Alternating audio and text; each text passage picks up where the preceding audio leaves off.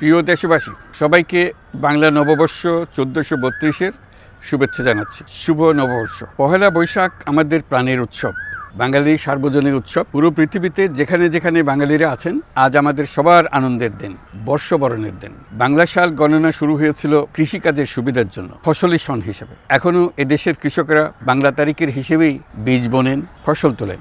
বাংলা নববর্ষের এক অবিচ্ছেদ্য অংশ হালখাতা। এখনকার আধুনিক সময়েও এখনও এই হালখাতার ঐতিহ্যকে ধরে রেখেছেন বাংলাদেশের হাটে বাজারে, শহরে বন্দরে। নববর্ষের বৈশাখী মেলায় বাংলাদেশের জেলায় জেলায় উদ্যোক্তারা সারা দেশে ঐতিহ্যবাহী শীতল পাটি, মাটির হাঁড়ি পাতিল, খেলনা, হাত পাখা ইত্যাদি তৈরি করে নিজেদের সৃজনশীলতাকে তুলে ধরেন এই দিনকে উপলক্ষ করে। বাংলাদেশের সংস্কৃতি ও ঐতিহ্য রক্ষায় এবং একে এগিয়ে নিয়ে যেতে আমাদের সবাইকে সক্রিয় ভূমিকা রাখার জন্য অনুরোধ জানাচ্ছি। আমাদের এইসব ঐতিহ্য যেন আমাদের নিজেদের মধ্যে সীমাবদ্ধ না থাকে, আমাদের সংস্কৃতি যেন আমরা ছড়িয়ে দিতে পারি বিশ্বের দরবারে। বছরের এই দিনটিতেই আমরা সুযোগ পাই আমাদের সুদীর্ঘ ঐতিহ্যকে নতুনভাবে নতুন প্রজন্মের কাছে উৎসবমুখর পরিবেশে তুলে ধরতে এবং পৃথিবীর সামনেই তুলে ধরতে। পাহাড় ও সমতলের বিভিন্ন জাতিগোষ্ঠীও চৈত্র সংক্রান্তি ও নববর্ষে এবার বড় পরিসরে উৎসব উদযাপন করছে। পহেলা বৈশাখ সম্প্রীতির দিন, মহামিলনের দিন, আজ সবাইকে আপন করে নেওয়ার দিন। এবারের নববর্ষ নতুন বাংলাদেশের প্রথম নববর্ষ।